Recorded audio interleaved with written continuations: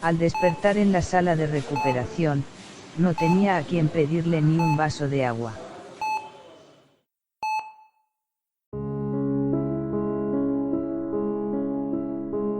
Carmen, mientras estamos de viaje, ¿puedes echarnos un ojo a la casa? Mamá, eres la mejor.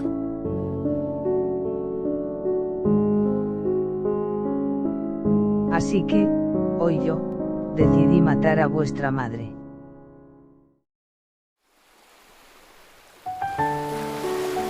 La historia que hizo llorar a las abuelas de todo el país. Empieza, ahora.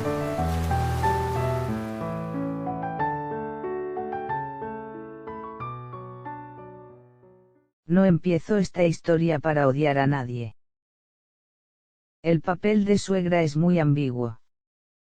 Cuando de verdad estás en ese lugar, cada día tienes que tragarte cosas y apretar el corazón.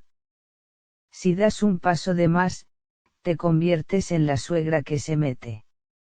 Si te quedas quieta, te conviertes en la mujer fría e indiferente. Así que desde el principio me puse una regla: no intervenir. La familia de mi hijo es la familia de mi hijo. Yo, a un paso detrás, mirando. Cuando mi hijo dijo que se iba a casar, lloré mucho por dentro. No era por despecho. Era raro, pero me dio alivio. Pensé, ya se terminó mi papel. Y también, ahora quizá yo también pueda vivir como yo. El día de la boda recuerdo que mi nuera me agarró la mano y me dijo: gracias por recibirnos como familia.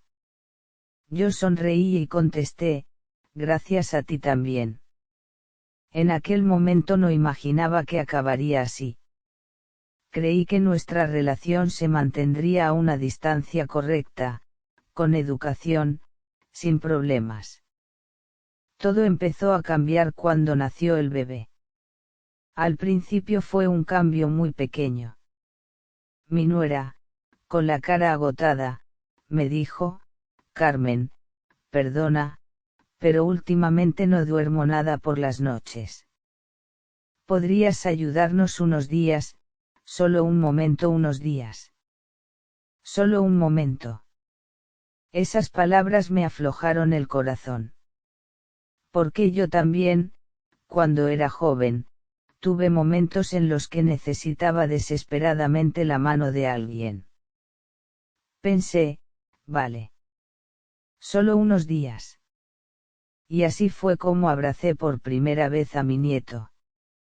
Era pequeño y cálido, y su respiración era tan débil que se sentía aún más precioso. En el instante en que lo tuve en brazos, mi regla se rompió en silencio. Al principio de verdad era ayuda. Iba por la mañana, lo sostenía un rato, fregaba unos platos mientras mi nuera pegaba un ojo, preparaba una comida, y volvía a casa escuchando: mamá Carmen, de verdad, gracias por hoy. Ese agradecimiento me parecía bonito. Sentía que mis manos seguían siendo útiles, que yo aún podía ser una adulta decente. Por eso fui al día siguiente, y al siguiente. Y en algún momento. Unos días. Se convirtieron en unas semanas. Y un momento. Se convirtió en todo el día. Con el tiempo, ir y venir. Pasó a ser quedarse. Empezó por motivos muy reales: mi hijo se iba a trabajar, mi nuera intentaba dormirse un rato, y justo en esa franja era cuando el llanto del bebé explotaba más fuerte. Y cada vez, la solución era siempre la misma: si viene Carmen. Me di cuenta de que algo iba mal cuando cambió el tono de las frases.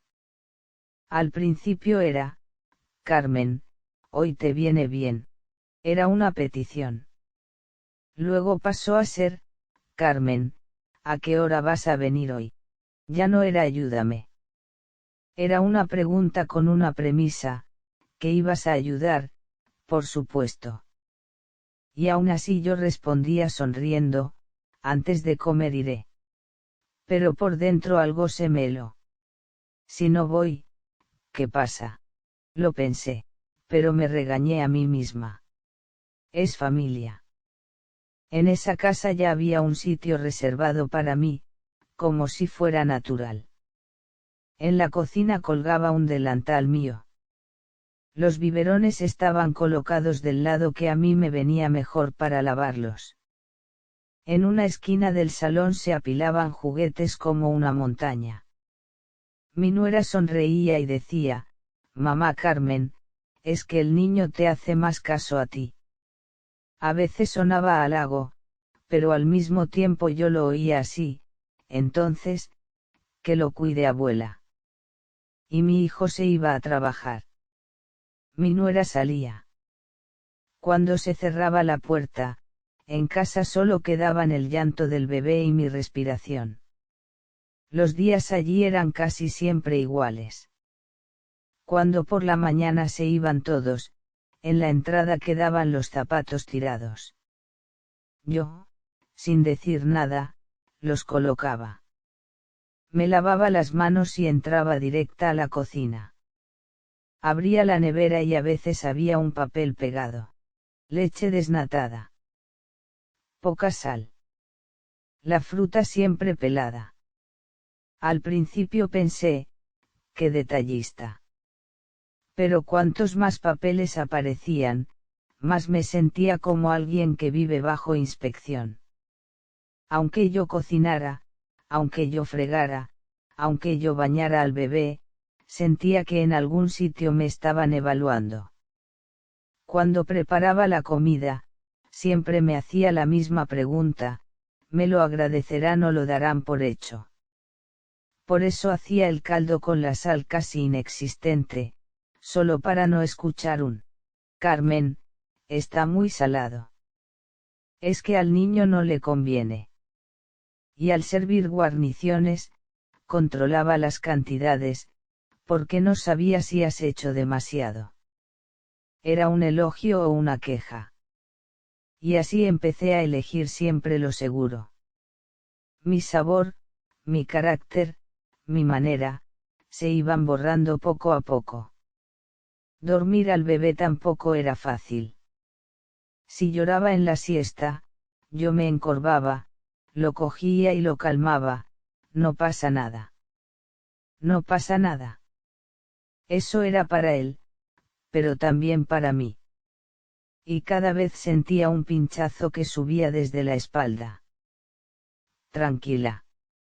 Esto no es nada. Me mentía.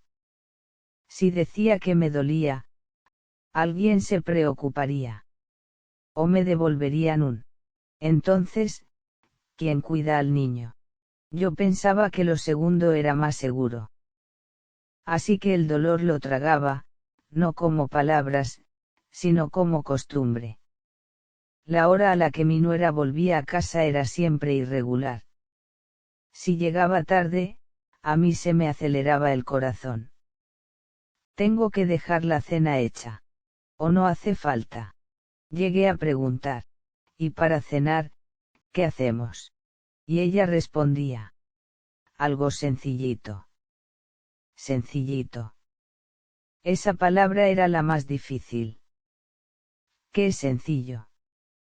¿Hasta dónde, según qué criterio? Al final, lo hacía yo, por mi cuenta. Porque si lo hacía yo, nadie me regañaría.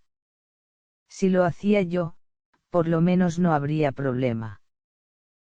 Pero cuando, por mi cuenta se acumula, tu vida, por tu cuenta desaparece. Nadie me preguntaba por mi horario. Nunca escuché, Carmen, hoy descansa. En cambio escuché muchas veces, Carmen, mañana puedes. Como si yo no fuera una persona, sino una casilla en un horario. Y aún así contestaba, sí, puedo. No, en realidad, quería creer que podía. Porque para una mujer que envejece, sentir que todavía te necesitan, es un significado enorme. Un día mi hijo volvió del trabajo, sostuvo al bebé un minuto y enseguida se tiró en el sofá mirando el móvil. Yo lo vi desde la cocina mientras fregaba y pensé, mi hijo se ha vuelto cómodo. Podía parecer algo bueno, pero también era amargo. La comodidad de alguien se apoya sobre el esfuerzo de otra persona. Y en ese momento, esa otra persona era yo. Pero nadie lo decía. A veces mi nuera me llamaba mamá. Mamá, esto, mamá, cuida al niño un momento. Mamá, ya que estás, puedes pasar la aspiradora, mamá, ordena esto. Con el tiempo, mamá dejó de ser un nombre cariñoso y se convirtió en un timbre. Y yo me convertí en alguien que responde automáticamente al timbre. Mi nombre real empezó a desaparecer. Y cuando tu nombre desaparece, ¿qué eres entonces? Abría el grifo del fregadero. ¿Por qué pensar no friega los platos? Con los días, el aire de la casa cambió. Antes mi nuera decía, siéntate, Carmen. Luego, de repente, dejó de mirarme a los ojos. Si te mira, tiene que pedirte algo. Cuanto más pedía, más se le endurecía la cara. Y yo empecé a gestionar mi propia cara, sonreír aunque me doliera, hacer como si nada aunque me agotara. Y cuando entraba sola al baño y cerraba la puerta, por un momento se me caían los hombros. Ese instante era el único tiempo para mí. De todo el día. Entonces entendí, la palabra familia. Suena cálida, pero en la vida real a veces se usa de forma conveniente. Sobre todo cuando alguien se encarga. Pero ¿de quién se desgasta el cuerpo para encargarse? Eso nadie lo menciona. Todavía, cuando pienso en aquella yo, me enfado un poco. ¿Por qué aguanté tanto? ¿Por qué fui tan silenciosa? Y al mismo tiempo la entiendo. En esa edad, antes que mi vida venía a la casa de mi hijo. Antes que yo venía el nieto. Antes que todo venía a mantener el ambiente. Y sobre todo, era demasiado dulce sentir que me necesitaban. Pero lo dulce se terminó rápido. Un día, mi nuera soltó una frase sin mala intención, Carmen, hoy el niño estuvo un poco sensible. La frase no tenía nada malo. Pero yo la oí así, Carmen, no lo has sabido llevar. Esa noche volví a casa y me miré en el espejo. Mi cara era extraña. No era solo cansancio, era una cara encogida. Me pregunté, ¿para quién estoy viviendo ahora? Y aún así, al día siguiente no lo mostré. Porque sentía que si ellos desaparecían de mi día a día, todo se quedaría vacío. Ese vacío me daba miedo. Así que seguí moviéndome. Si te mueves, piensas menos. Si te mueves, duele menos. Si te mueves, sigues siendo útil. Y sin darme cuenta, iba renunciando una por una a mis propias reglas, convirtiéndome de manera natural en algo que se da por hecho. Y al final de ese darse por hecho, no te espera la gratitud, te espera la exigencia. Yo aún no sabía lo afilada que podía ser esa exigencia. Un día, por una tontería, se me partió algo por dentro. Estaba cambiando un pañal y usé unas toallitas distintas a las de siempre. Cogí las que tenía a mano. Y mi nuera, mirando, dijo, «Ay, Carmen, no esas. Las de allí. Esas son más suaves». No era una frase mala. Podía ser hasta cuidadosa. Pero yo la oí así: Carmen, eso está mal. Desde entonces, mis manos, mi manera, mis hábitos de toda la vida, empezaron a volverse incorrectos, uno a uno. Esa tarde pensé un momento: si cuando yo era joven, mi suegra hubiera venido a ayudarnos, ¿qué le habría dicho yo? Creo que por lo menos habría dicho: gracias por el esfuerzo. En esa casa, yo nunca había hecho un esfuerzo. Solo había cumplido. Días después pasó otra cosa. Dejé la colada tendida y salí al salón un momento para vigilar al bebé. Mi nuera miró la ropa y dijo: Carmen, si tiendes así, se queda con arrugas. Ya te lo dije la otra vez. Ya te lo dije. Esa frase me golpeó por dentro. Porque llevaba escondido: Carmen, siempre lo haces mal. Yo, en voz alta, no dije nada. Solo sonreí: ah, vale. Sonreír se había vuelto un reflejo. Pero se me temblaron los dedos. No estaba haciendo un examen, y aún así me sentía corregida cada día, como si hubiera una nota. Esa noche la espalda me dolió más. El dolor se extendió como un resfriado por el cuerpo, y aún así al día siguiente volví. Porque parecía que nadie pensaba en sustituirme, y yo tampoco tenía el valor de salir de allí. Me daba miedo convertirme en la mala. En esa generación, ese miedo está metido en el cuerpo: si rompes el ambiente familiar, sientes que tú eres la culpable. Un día mi nuera, sin decir nada, me puso el móvil delante. En la pantalla había una lista, como un checklist: lo de hoy, lo de mañana, la merienda del niño, la siesta, la basura separada, la colada, la aspiradora, los platos, recoger juguetes, y al final, en letra pequeña, algo como: que Carmen tome su medicación. En ese momento no supe si reír o llorar. No me conmovió lo de la medicación.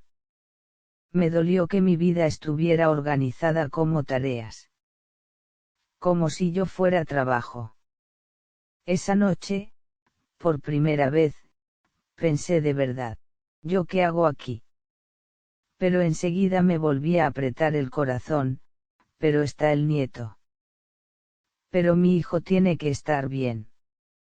Y fue justo a partir de ahí cuando, sin que yo lo notara, el tono de mi nuera cambió del todo.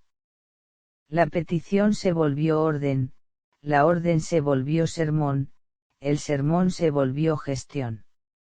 Entonces lo entendí: a partir de ahora ya no era una historia de ayudar, sino una historia de desaparecer. Llegó un punto en el que, al entrar en esa casa, yo cuidaba hasta la respiración.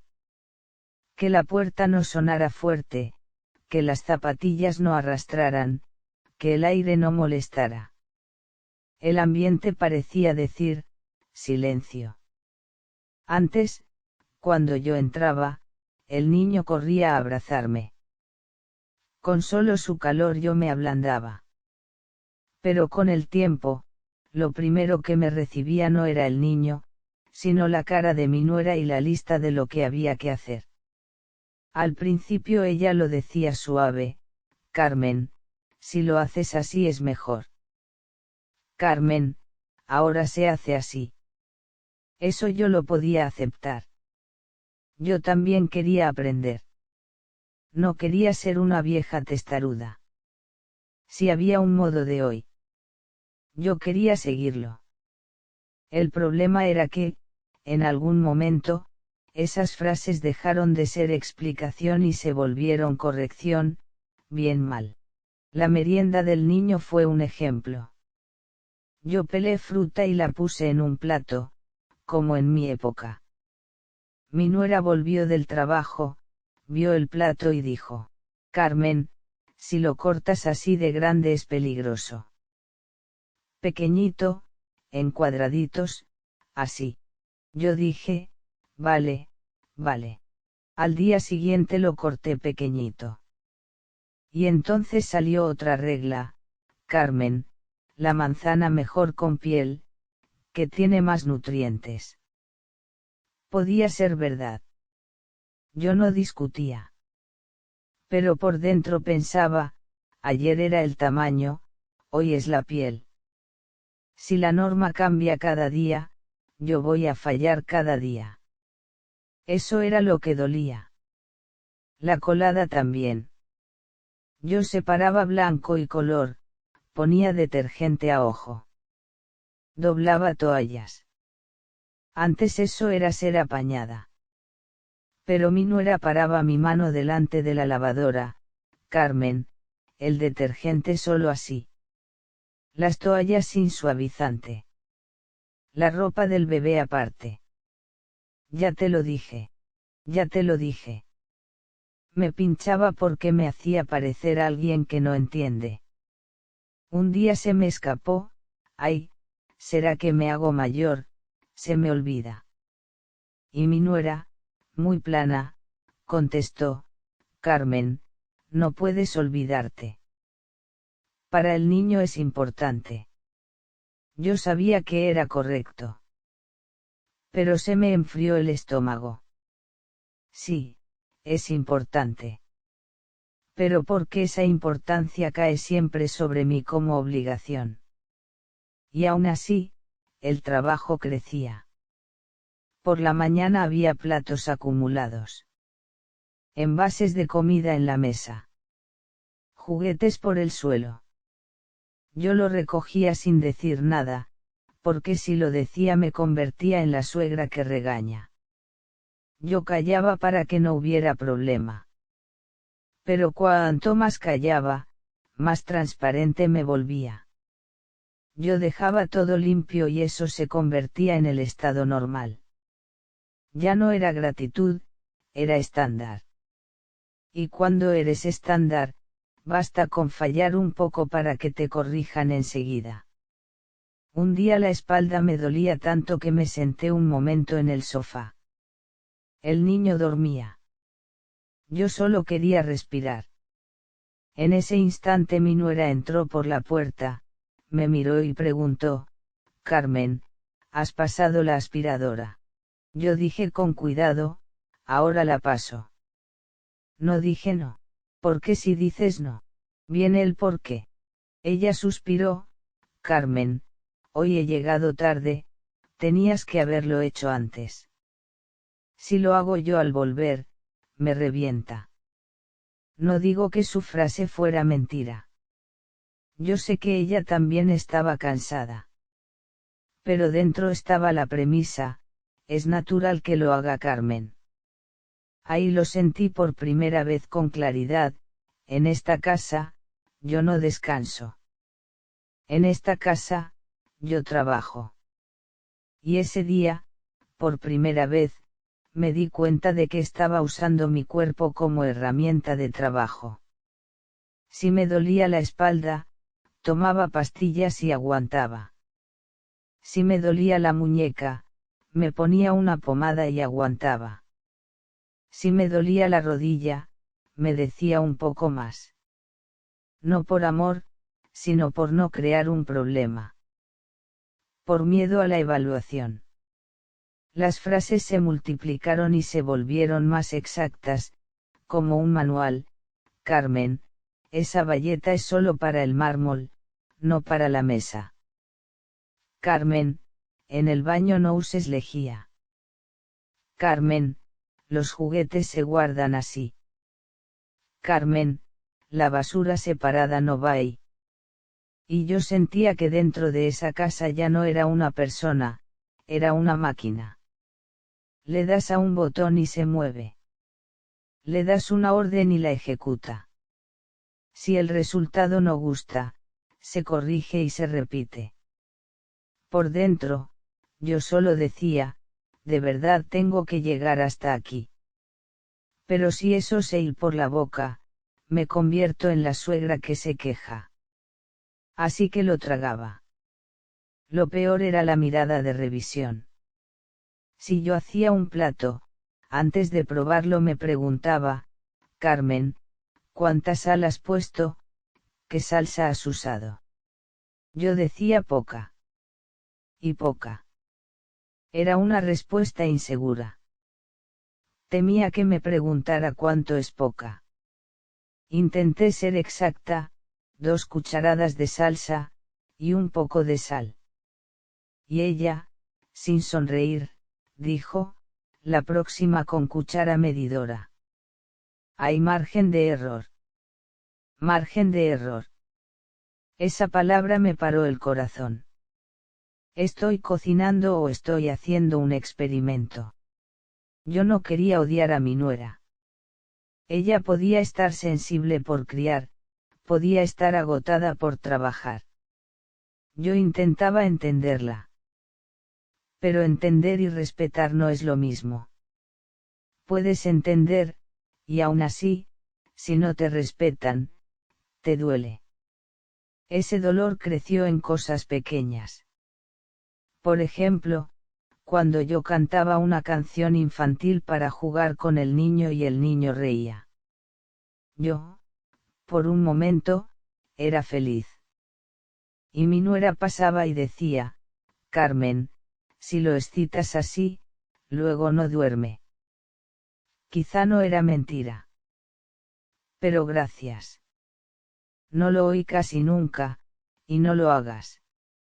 Lo oí demasiado.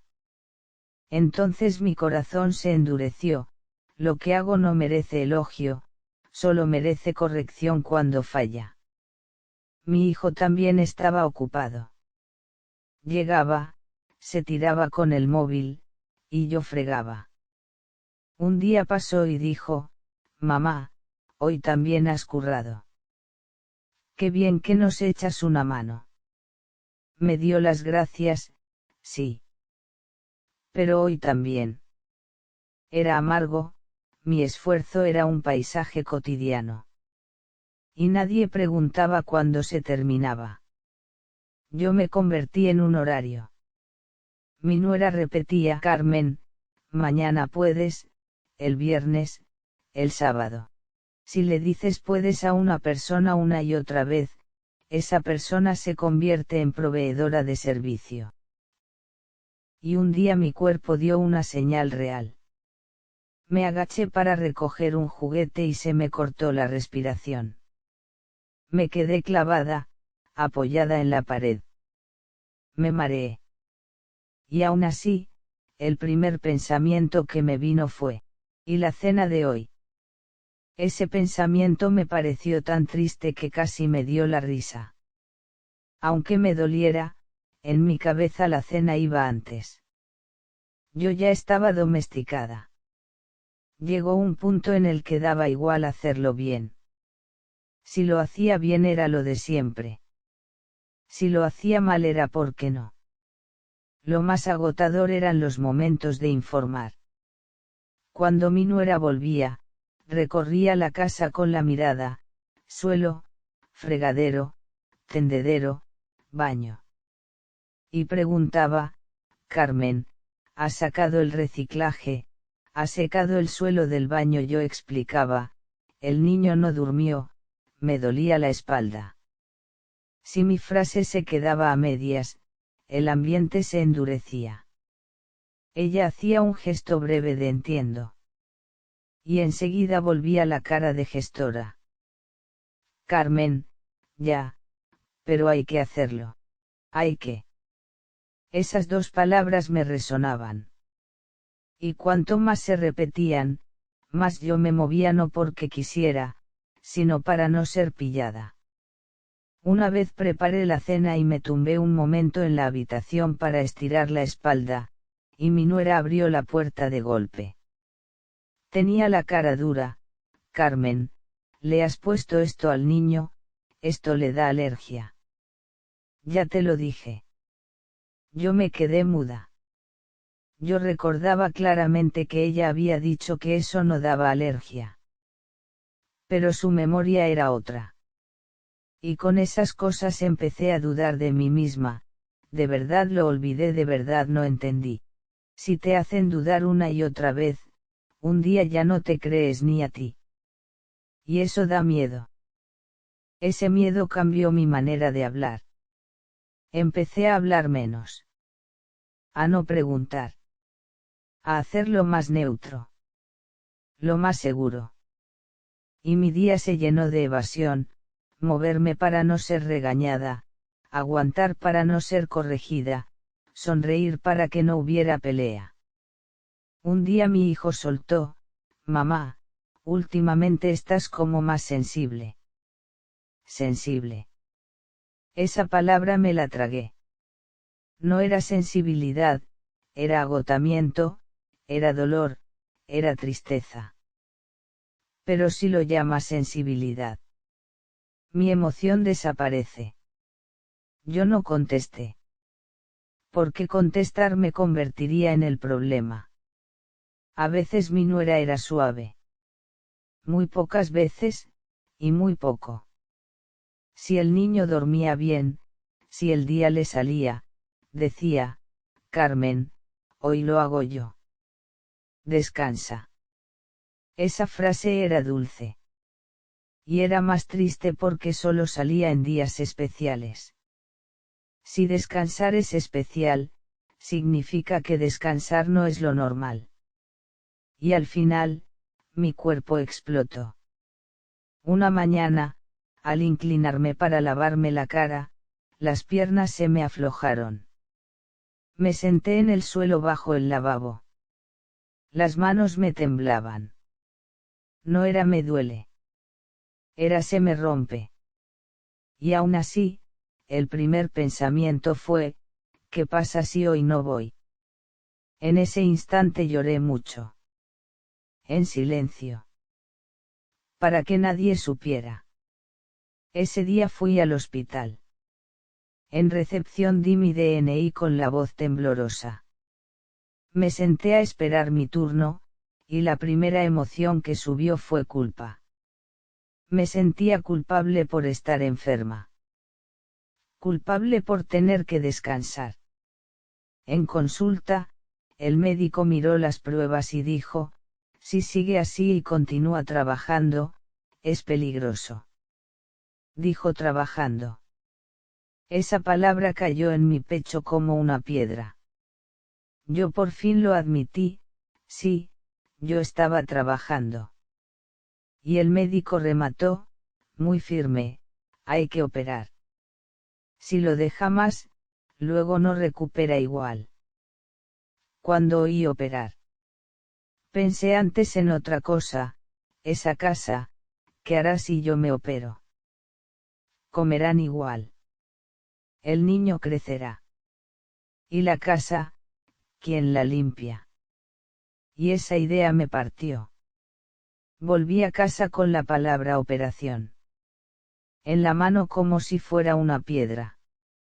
El sol estaba normal, la gente por la calle vivía su vida, y yo sentía que entraba en otro mundo. La espalda me dolía con solo girarme un poco, los papeles del hospital se me resbalaban, pero mi cabeza estaba llena de esa casa. Mi dolor era mío, y aún así lo primero era: entonces ¿quién se encarga de todo? En casa, con cuidado, lo dije: el médico dice que tengo que operarme. Mi hijo frunció un poco la cara: mamá, es grave. Yo, por costumbre, sonreí: va, yo estoy bien. Mi nuera guardó silencio un segundo y preguntó, muy práctica: si te operan, ¿cuánto tiempo de recuperación?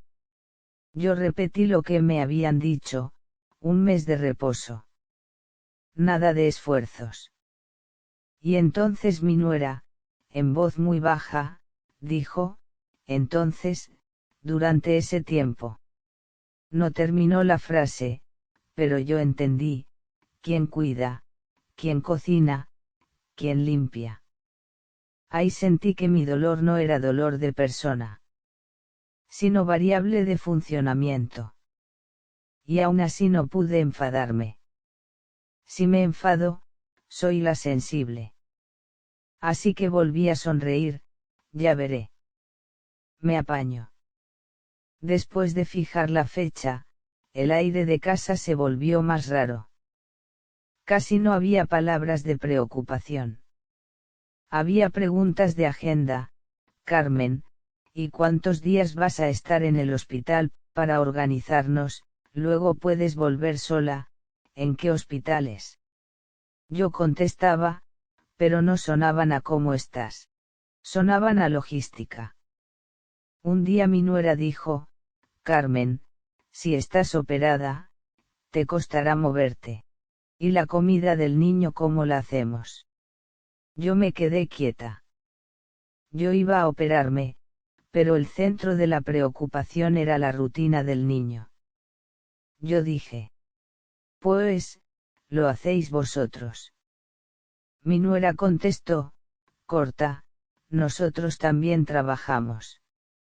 Esa frase me hundió el estómago.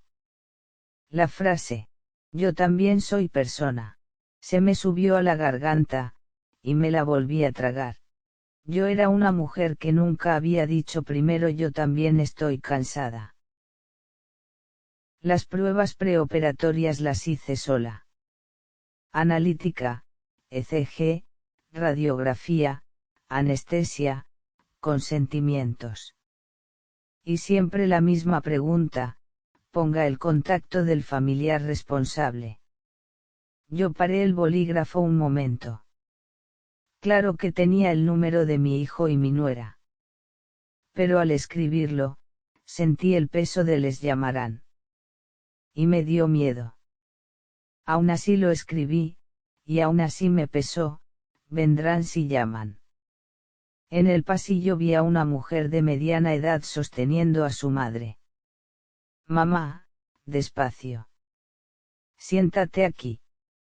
Esa frase era tan natural que yo me quedé parada. Yo también quería oír despacio. Yo también quería oír siéntate. Pero a mí me decían: puedes. Nos ayudas. Y ya. El día de la operación, en el hospital, la enfermera preguntó: ¿y su acompañante? Yo respiré: no hay. He venido sola. La enfermera frunció: puede que haga falta una confirmación del acompañante. No tiene a nadie que pueda venir. Yo sonreí de verdad, y dije: están todos ocupados. En mi cabeza pensé: no es que estén ocupados. Es que yo no soy prioridad. Pero decirlo en voz alta me haría más pequeña. En la sala de espera, con el suero puesto, vi a una mujer de mi edad en la cama de al lado. Estaba pálida, pero no parecía sola. Al rato apareció su familia. Un hijo le tomó la mano: mamá, estoy aquí. El aire alrededor de esa cama cambió. Alguien llenaba el hueco, y hasta la respiración del enfermo parecía más fácil. La nuera de esa mujer le acomodó la manta, le cubrió el cuello, la sujetó con un gesto aprendido. Era un cuidado tan cotidiano, tan de casa. ¿Qué me dolió más? No era especial, era normal. El sitio de acompañante. Se llenaba como algo obvio. Y yo, mirándolo, sentí primero vergüenza antes que envidia. Vergüenza de que mi soledad pareciera lo normal. En mí. Yo nunca había dicho: ven. Por miedo a ser carga. Por miedo a que me evalúen. Me hice alguien que siempre resuelve sola, y esa costumbre me siguió hasta el quirófano. Antes de entrar, la enfermera volvió a preguntar: ¿de verdad estás sola? Yo asentí: estoy bien. Firmó yo. Y aunque el problema no era la firma, me dolía ser alguien de quien no sorprende que esté sola. Cuando el anestésico empezó a entrar, justo antes de dormirme, pensé algo raro: cuando yo era joven, si alguien enfermaba, yo iba. Si mi marido se encontraba mal, yo le acompañaba. Si mi hijo tenía fiebre, yo velaba toda la noche. Creía que ser acompañante era lo natural. Y ahora que yo estaba enferma, no había nadie a mi lado. Me pareció vacío. No gracioso, vacío. Desperté en reanimación. Tenía la boca seca, como pegada. Murmuré: agua. Por favor. Mi voz era tan débil. Y todo alrededor iba tan rápido, que tardaron en traerme un vaso. Yo miraba el techo, que parecía lejísimos. La mujer de al lado tenía una mano agarrándole la suya. Mamá, bebe. ¿Estás bien? No te mareas. Yo cerré los ojos para que no se viera la lágrima. Me dije: es la anestesia. Mentira. Era tristeza. No imaginaba que un vaso de agua pudiera ser tan grande. En la habitación, otra enfermera preguntó: ¿cuándo viene su acompañante? Si está sola puede ser peligroso. Yo volví a decir: estoy sola. Lo que dolía no era peligroso. Era el matiz de estar sola: no es normal. Yo viví por mi familia toda la vida. ¿Por qué en este momento era yo tan sola? Me dieron el alta y volví en taxi, sola. El taxista quiso ayudarme con la bolsa y yo, por vergüenza, dije que no hacía falta. Entré a casa apoyándome en la pared. Abrí la nevera, casi no había nada. Me quedé quieta. Ahora, ¿quién me cuida? Esa pregunta dolía más que la espalda. La primera noche intenté ducharme. Y no pude. Me dio miedo doblarme y mojar la herida. Me limpié con una toalla en el lavabo. Y pensé: yo fui quien lavaba a los demás, y ahora no hay nadie que me lave a mí. Me repetí: puedo. Esto lo puedo hacer sola. Pero sonó como una orden, no como un consuelo.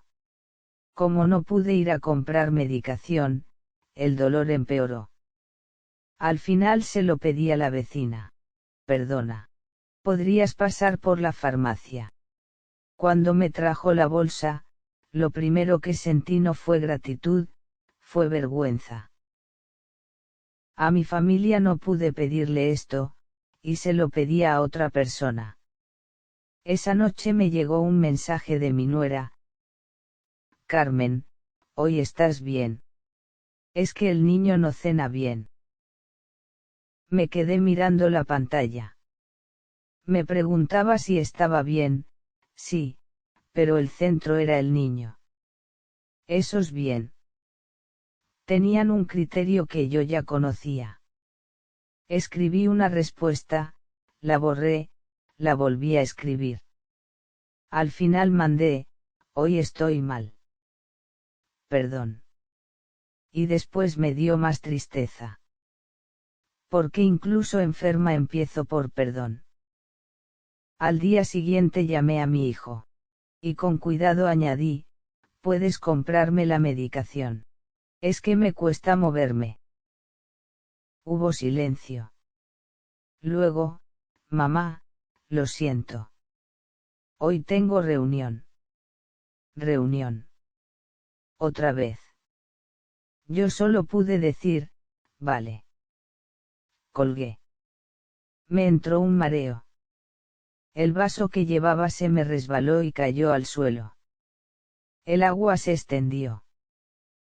Pero yo no podía agacharme. No podía limpiarlo. Entonces, por primera vez, sentí miedo real: si me caigo, ¿quién me levanta? Me quedé de pie mirando el suelo mojado. Los días siguientes fui sola incluso a curarme la herida. En el autobús, una chica hablaba por teléfono: «Mamá, ya voy». «Sí, ¿te duele algo? Cuando llegue entro rápido». «No estés sola». Esa frase se me quedó clavada. Cuando el médico me dijo: «Un mes de reposo. Nada de esfuerzos». Yo lo repetí en casa: «Un mes de reposo. No puedo moverme». Y entonces mi nuera dijo, dudando: «Si tú descansas, la comida de los niños ¿cómo la hacemos? Y una empleada de hogar cuesta dinero». Ahí, de repente, se me ordenó algo por dentro. Ah. Yo era gratis. Lo que yo hacía no era ayuda, ni cariño, ni familia, era trabajo gratuito.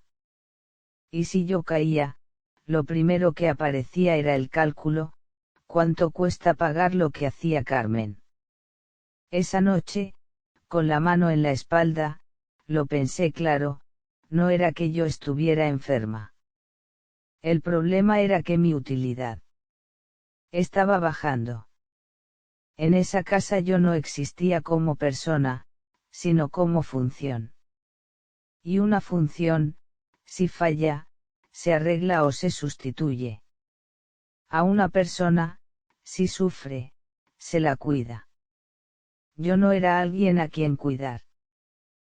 Al día siguiente, curiosamente, me quedé tranquila. Cuando el corazón se rompe del todo, se queda silencioso. Puse agua a hervir y, por primera vez, hice un plan para mí. No desde la emoción, sino desde la realidad. Saqué papeles: escritura, hipoteca, comunidad, impuestos. Los números no mienten. Y mirando esos números entendí que no tenía mucho, pero sí lo suficiente para vivir sola. Eso fue esperanza. Cogí una hoja y escribí lo que quiero. 1. Si me duele la espalda, descansar. 2. Comer no porque toca, sino porque me apetece. 3. Que me llamen por mi nombre. Al verlo, me dio risa: era tan pequeño, y aún así, en esa casa era imposible. Y entonces llegó una ocasión rápida. Un día escuché la palabra viaje. Solo escucharla me abrió un poco el pecho.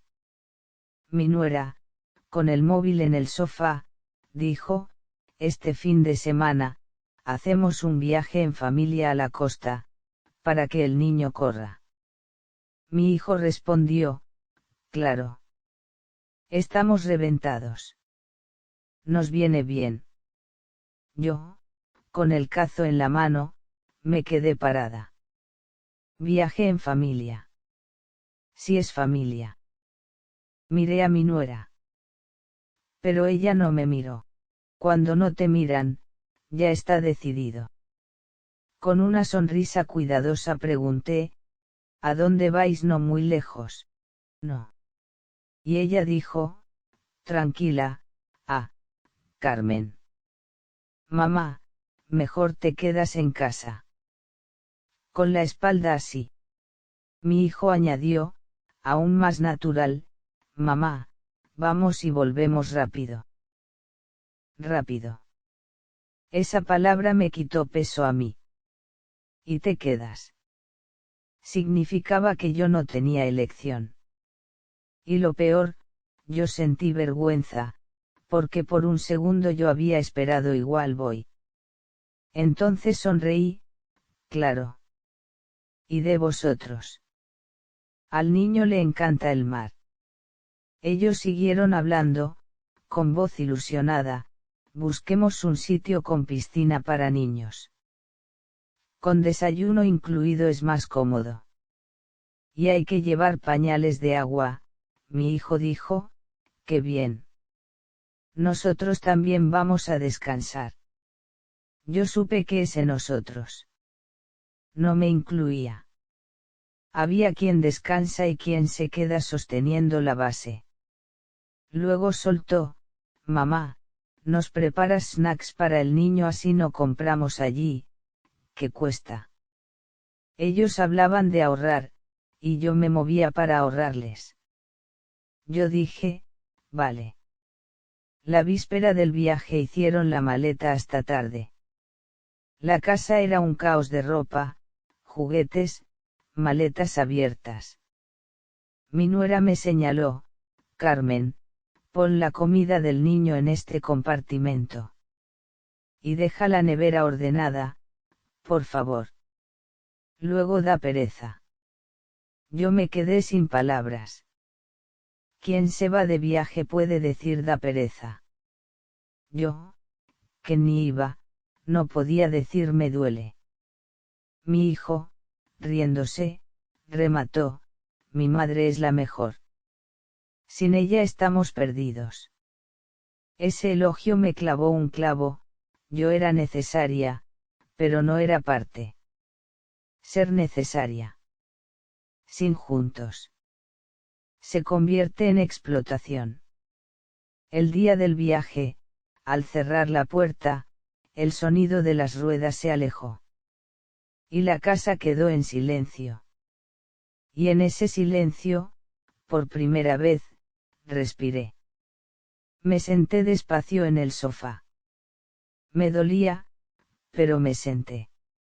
Y con una calma extraña pensé: no puedo seguir viviendo como alguien a quien se le encarga todo. Ese día tomé una decisión a mi manera, sin gritos, sin pelea, sin discurso. En silencio, pero firme. Volví a mi casa, ajusté la faja lumbar, abrí el cajón donde estaban los papeles de mi vivienda y dije en voz baja: ahora me toca decidir. Llamé a una inmobiliaria: quiero poner mi piso en venta. Me temblaba la voz. Me subió culpa, como si estuviera cometiendo un pecado. Pero otra voz dentro me dijo: no es pecado. Es supervivencia. Ese piso era mi lugar. Pequeño y viejo, pero con luz de tarde entrando por la ventana. En el primer cajón de la derecha tenía mis tés.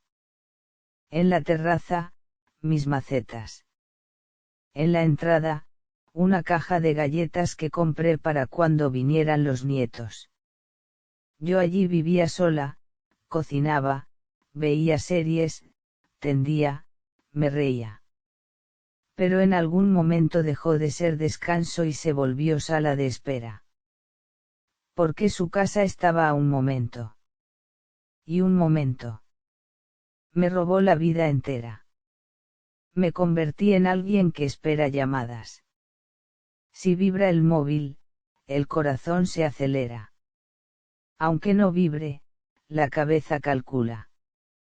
Vinieron a hacer fotos para vender, y yo estaba sentada en mi propio salón como si fuera una invitada. Me dio risa y tristeza: mi lugar desaparece así. No desaparece solo, yo lo fui vaciando. El comprador dijo: qué buena luz. Y yo pensé: yo ni tiempo tenía para verla. Cuando empecé a hacer las maletas, me invadió una sensación extraña. He pasado la vida ordenando casas ajenas, pero ordenar la mía era distinto. Fui sacando cajas pequeñas y llenándolas una a una. Separar lo que era mío de lo que era de los demás resultó más difícil de lo que pensaba. Y era porque, desde hacía mucho tiempo, yo vivía tratando lo mío como si perteneciera a otros. Había entregado mi tiempo al horario de otros, mi espalda, a la cena de otros, y mis días enteros, a la rutina de una casa que no era la mía. Aún así, empaqué con firmeza. Mi ropa, mis fotos, mi libreta del banco, mi sello. Y un viejo cuaderno. En ese cuaderno había una frase que yo misma escribí cuando era joven: algún día, me iré sola a ver el mar. Al leerla, sonreí. Sí, ese algún día es ahora. Pero tras la sonrisa, llegó la melancolía. Debería estar ilusionada por ir a ver el mar, pero sentía que me marchaba como si estuviera huyendo. Aunque intenté borrar esa idea de la cabeza, la realidad me empujaba una y otra vez hacia ella. Al recoger, una se detiene a veces. Una foto, un objeto, son cosas que te atrapan. Unos zapatitos que usaba mi hijo de pequeño, la foto de un tupper que le preparé, una vieja foto familiar donde yo salía sonriendo. Sentí que, si me quedaba mirándolos, mi voluntad flaquearía, así que guardé las fotos en un sobre y los sellé bien con precinto. Los recuerdos pueden esperar. Ahora, lo que toca es vivir. Así me sostuve a mí misma. Cada vez que sentía ganas de llorar, pegaba la cinta con más fuerza. Cuanto más fuerte sonaba el precinto al arrancarse, menos me temblaba el corazón. No tardé mucho en elegir el destino. Si vivo cerca, volverán a llamarme. Si vivo cerca, volveré a derrumbarme ante ese solo un momento. Si vivo cerca, mi casa seguirá siendo su sala de espera. Por eso tenía que irme lejos. A una distancia donde no pudieran alcanzarme con sus llamadas. Y estaba mi pueblo. Lo dejé atrás de joven y casi lo olvidé, pero allí todavía queda gente que me llama por mi nombre. Gente que, cuando llamas, lo primero que preguntan es: ¿has comido? Gente que si me desmayo, me regañará diciendo: ¿por qué estaba sola? El día antes de que volvieran de su viaje, recibí el borrador del contrato. Sobre el papel, mi nombre estaba escrito con total claridad. Al verlo, curiosamente, me salió una lágrima. Yo llevaba tiempo viviendo como mamá. O abuela. Pero casi nunca como mi nombre. Mi nombre escrito me devolvió ser persona. Tomé la pluma. Me temblaba un poco la mano, pero firmé despacio. En el momento en que firmé, algo dentro de mí llegó a su fin, y, al mismo tiempo, algo empezó. Supe entonces, por primera vez, que ya no sería mano de obra gratis en esa casa, sino la dueña de mi propia vida. De camino a casa tras firmar, me vi en el espejo del ascensor. Mi rostro me resultó extraño.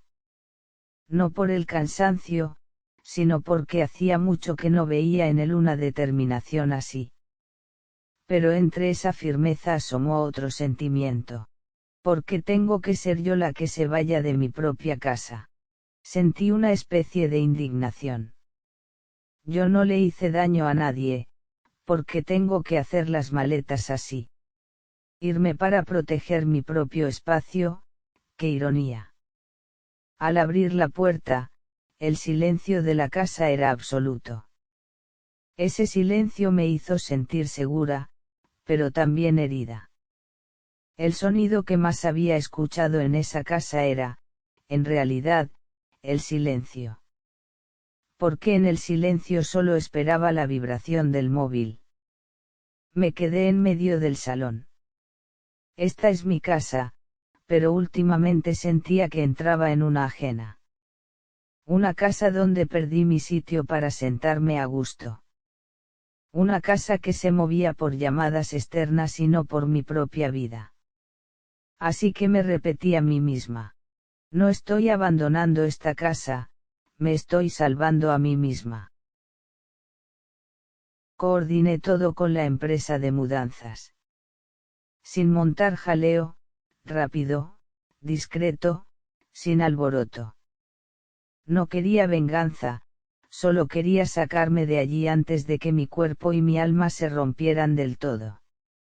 Hice un horario, por la mañana empacar, por la tarde entrega de llaves, por la noche revisión final. Escribir números y horas me dio paz. Los sentimientos flaquean, pero el horario no. El día de la mudanza, me levanté al alba. Estiré la espalda con cuidado y preparé un té caliente. Curiosamente, el té sabía dulce. Tras mucho tiempo empezando el día con los deberes de otra casa, empezar con mi propia decisión hizo que hasta la mañana fuera distinta. Abrí la ventana y entró aire. Al sentirlo en la cara, me dije: hoy me saco de aquí yo misma. Llegaron los operarios y empezaron a mover cajas. ¿Esto a dónde va? Esto es frágil. Esas preguntas me resultaban familiares. He pasado la vida ordenando casas ajenas. Pero esta vez, por primera vez, las preguntas se dirigían a mi propia vida. En una caja, escribí mi nombre bien grande. Ni mamá, ni abuela, mi nombre. Al escribir esas letras, sentí el pecho lleno. Era como si estuviera volviendo a escribir la dirección de mi propia existencia. Incluso al subir al coche, no terminaba de creérmelo. El camión con mis cosas iba delante y yo iba detrás. El paisaje cambiaba tras la ventana, pero mi mente volvía a las mismas escenas, mis manos calentando la sopa, mi nuera diciendo con tu espalda. Mi hijo diciendo volvemos pronto. Y detrás de todo eso, la verdadera frase oculta. Por supuesto, mamá tiene que quedarse. El camino al pueblo fue más largo de lo que esperaba.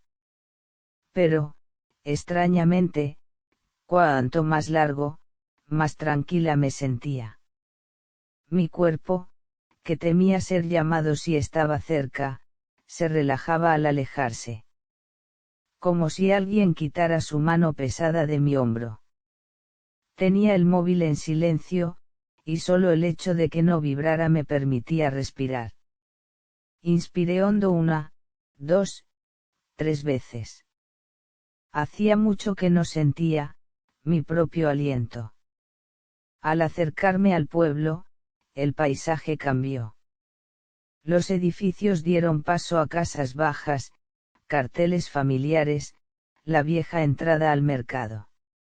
Al verlo, sentí algo extraño. Alegría, pero también ganas de llorar. Porque sentía esto como un regreso. Al fin y al cabo, es de donde me fui. Sentir que vuelvo es la prueba de que, durante este tiempo, había perdido mi vida. Me dolió el corazón. Al llegar a la casa, los mozos empezaron a bajar las cajas. Me quedé en el umbral mirando. La casa era nueva, pero el aire tenía muchos huecos. No había roles impuestos, ni tareas mandadas, ni cenas que esperar. Esos huecos me resultaron extraños al principio. Siempre viví perseguida por algo, si había un hueco, sentía que debía llenarlo con trabajo para estar tranquila. Mi nueva casa no es grande, pero es a mi medida. El umbral es bajo, el baño está cerca, el salón y la cocina se ven de un vistazo. Y, sobre todo, hay un sofá. Un sofá pequeño, pero es mi sitio, y no le debo explicaciones a nadie. Antes de desempacar, me siento un momento. Al apoyar la espalda, noto que el dolor cede un poquito. Entonces lo entiendo, tener un lugar donde descansar es lo que te salva. Pero justo en ese momento, sonó el timbre. Por un instante, se me encogió el corazón. ¿Quién vendrá por mí ahora? Mi cuerpo reaccionó primero, como cuando suena el teléfono. La costumbre es terrible. Al abrir la puerta, allí estaba mi amiga de la infancia. Traía una bolsa de plástico con mandarinas en la mano y su rostro era exactamente el mismo de siempre. En cuanto me vio, sonrió y me dijo: «Anda. Si has venido de verdad». Y acto seguido, con total naturalidad, llamó mi nombre, Carmen. En ese momento, me quedé sin palabras. Solo mi nombre. Ni de mamá, ni de abuela. Carmen como yo. Esa voz me hizo sentir que volvía a ser yo. Quise responder, pero se me hizo un nudo en la garganta. Así que me reí. Una y otra vez. No era esa risa que usas para no llorar, era de verdad, una risa que me salía porque, por fin, podía respirar. Mi amiga echó un vistazo a la casa y dijo, como si nada: «¿Quieres un té? Las cajas déjalas, ya las abrirás poco a poco. No hay prisa. No hay prisa». Esa frase se me quedó grabada en el alma. ¿Desde cuándo vivía yo con prisa? La cena de unos, el horario de otros, el humor de alguien, las exigencias de los demás. Siempre tenía prisa, aunque mi cuerpo se estuviera rompiendo para cumplir con todo. Pero aquí, no había por qué correr. Sentí gratitud, pero también rabia. Porque nunca escuché esa frase tan sencilla en aquella casa. Mi amiga entró en la cocina buscando el hervidor de agua mientras murmuraba: «Madre mía, Carmen, ¿qué cara traes? Has sufrido mucho, ¿verdad? ¿Cómo tienes la espalda?». Al oír esa pregunta, todo lo que había estado aguantando estuvo a punto de estallar. «Ese ¿cómo estás?», me trató, después de tanto tiempo, como a un ser humano. Por eso tardé tanto en responder. Bueno, tirando. No pude decir nada más. Ella no preguntó más. En su lugar, llenó una taza con agua caliente, la puso frente a mí y me tomó la mano un momento. Ese gesto tan breve me pareció inmenso. Recordé cuando buscaba un vaso de agua sola en el hospital. Tuve que bajar la mirada para que no me viera. Aquella noche, por primera vez en mucho tiempo, pensé en lo que yo quería comer. Fui a hacer la compra. Antes, siempre llenaba la nevera de aquella casa. Esta vez, llenaba la mía.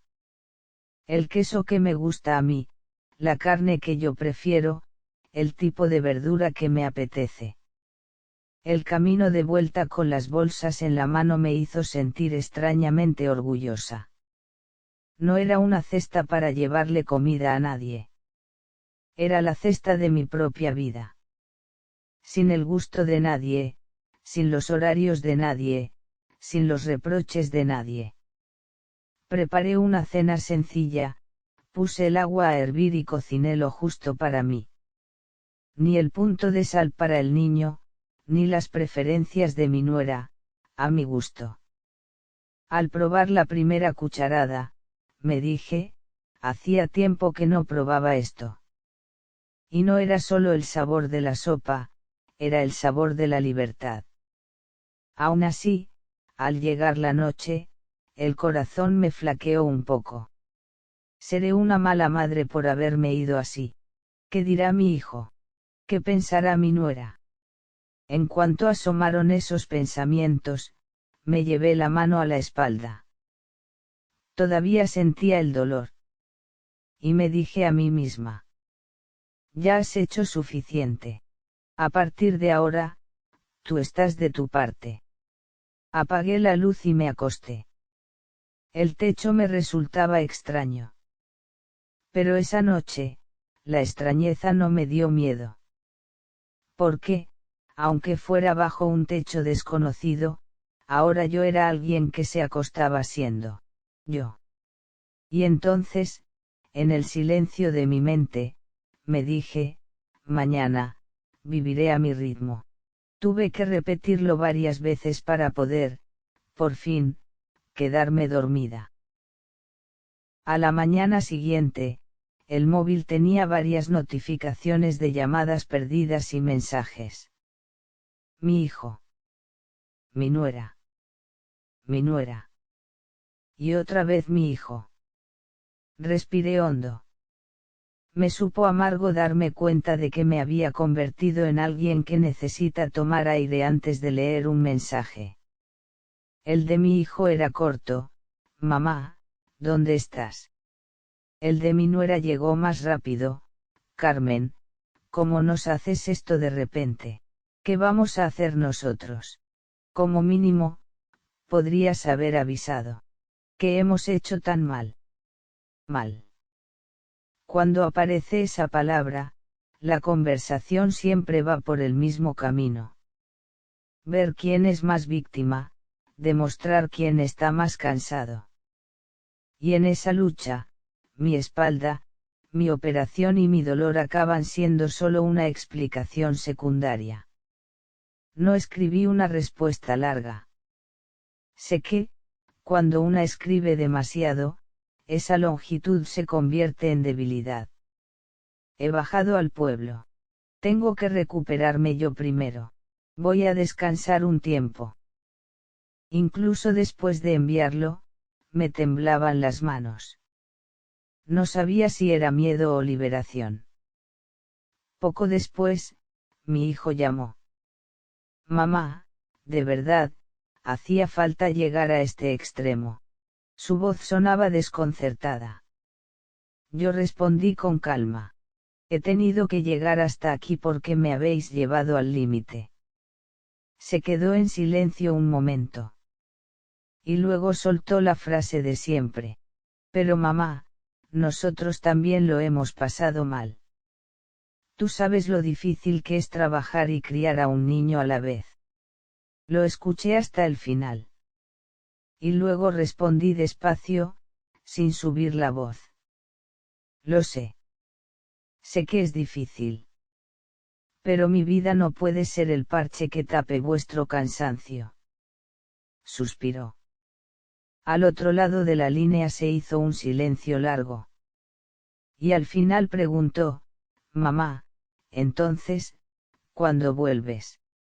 ¿Cuándo vuelves? En esa frase vi lo que para ellos era lo normal. Yo no era alguien que se había ido, era alguien que, supuestamente, solo estaba ausente un momento. Por eso hablé con más claridad que nunca. No voy a volver. He vendido mi piso. A partir de ahora, estaré lejos. Mi hijo se puso nervioso. ¿Y nuestra casa? ¿Y el niño?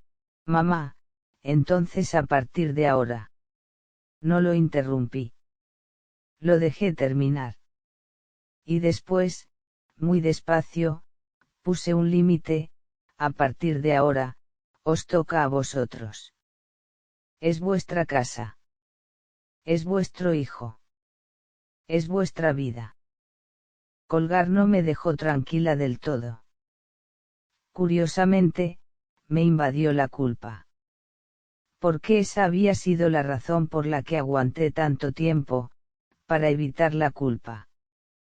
Para no ser la que rompe el ambiente. Porque yo era la primera que se creía eso de, como madre, tienes que aguantar y ayudar. Pasaron unos días y mi cuerpo empezó a reaccionar. Los hombros se me bajaron un poco, la respiración se me alargó. El dolor no desapareció del todo, pero ya no venía acompañado de rabia. Antes, cada vez que me dolía, se me encendía por dentro la misma pregunta. ¿Por qué tengo que hacer yo todo esto? Ahora, si me duele, simplemente descanso. Y nadie me dice nada. Ese hecho tan sencillo es lo que está salvando mi cuerpo. Unos días después, mi hijo vino a verme. Sin avisar. Cuando sonó el timbre, se me volvió a encoger el corazón. Pero esta vez no huí. Abrí la puerta y allí estaba él. No parecía el mismo de antes, parecía un poco más pequeño, más vulnerable. Mamá, ¿vas a vivir aquí? Asentí. Sí. Sacó un sobre de papel del bolsillo. Medicinas para la espalda, parches, y algo de ropa térmica. No supe si reír o llorar. Llegaba tarde, pero quizá esa tardanza era su manera sincera de intentarlo. Miró mi pequeño salón, mi sofá, mi cocina ordenada. Luego me miró la cara y bajó la cabeza. Mamá, lo siento. Esa frase no borró el pasado, pero me desarmó. Me dieron ganas de llorar. Es verdad que yo esperaba una disculpa. Una disculpa no me devuelve el tiempo perdido. Aún así, un perdón es un perdón. Él continuó. No sabía que estabas tan mal. No sabía que estabas aguantando tanto tú sola. He sido muy desconsiderado. Tomé aire y respondí, gracias por darte cuenta ahora. Pero ahora quiero vivir así. Como madre, ya hice mi parte. Ahora quiero vivir como yo. Quiero vivir como yo. Esa frase resonó fuerte dentro de mí. Era una frase que nunca me había permitido poner en el centro de mi vida. Antes de irse, se detuvo un momento en la puerta. Bajó la mirada y, casi en un susurro, dijo, Mamá, aunque vivas aquí, sigues siendo mi madre, ¿verdad? A partir de ahora, voy a estar de tu parte. Al oírlo, sentí por primera vez que escuchaba unas palabras sin condiciones. No es la solución perfecta, pero al menos es la posibilidad de que mi vida deje de ser una cuestión de logística para volver a ser una relación. Sonreí un poco. La puerta se cerró y la casa volvió a quedarse en silencio. Pero esta vez, el silencio no era soledad, era paz. Hoy me siento en mi sofá a tomar un té. El sol entra por la ventana. Nadie me pregunta, ¿y la cena? Soy yo quien me pregunto a mí misma. ¿Qué te apetece hacer hoy? Y a veces me respondo. No me apetece hacer nada. Una vida donde esa respuesta está permitida. Eso es lo que estaba buscando. Si me estás escuchando, y eres alguien que se ha ido anulando a sí misma pensando que, por la familia hay que aguantar. Hoy te pido que lo pienses solo una vez. La familia no debería ser un lugar que exige sacrificios, sino un lugar donde nos tratamos como personas. En el momento en que alguien desaparece para la comodidad de los demás, deja de ser una familia para convertirse en una estructura. ¿Y tú? ¿Tu ayuda fue valorada, o se convirtió en algo que se daba por hecho? Si has vivido algo parecido, déjamelo en los comentarios. Me gustaría leerte y compartir ese sentimiento. Ojalá esta historia le dé valor a alguien. Si te suscribes y le das a me gusta, me ayudas a seguir contando estas historias. Nos vemos en la próxima historia.